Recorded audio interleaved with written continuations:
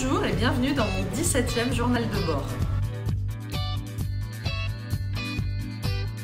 Cette semaine, j'ai envie de vous parler de l'Aquarius parce que c'est 630 passagers.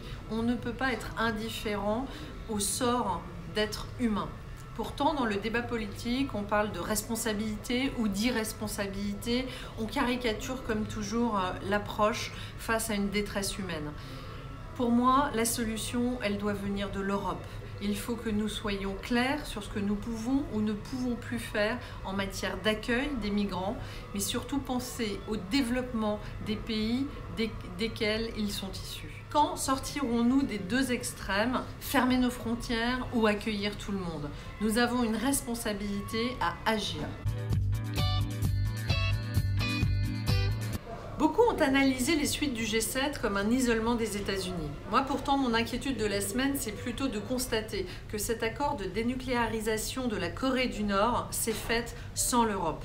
Nous devons définitivement devenir une puissance capable de dialoguer avec les grands de ce monde, les États-Unis, la Russie, l'Inde, la Chine, tel est notre défi. Mon coup de gueule de la semaine, c'est de voir que décidément la vieille politique a la dent dure et surtout est tenace. Dès qu'on peut sortir un tout petit peu du cadre, qu'on dise ce qu'on pense et qu'on essaye au contraire de construire et d'apporter des propositions pour que les républicains prennent toute leur place dans les victoires de demain, eh bien, au lieu de parler du fond, beaucoup plus facile de flinguer la personne, des attaques personnelles, évidemment les traditionnelles attaques sexistes, bref, tout y passe. Décidément, la vieille politique a encore de beaux jours devant elle.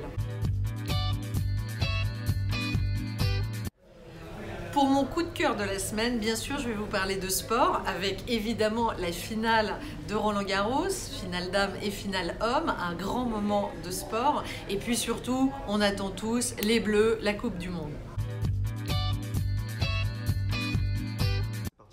Mon insolite de la semaine, c'est ce spot de la SPA pour lutter contre l'abandon des animaux domestiques avant l'été.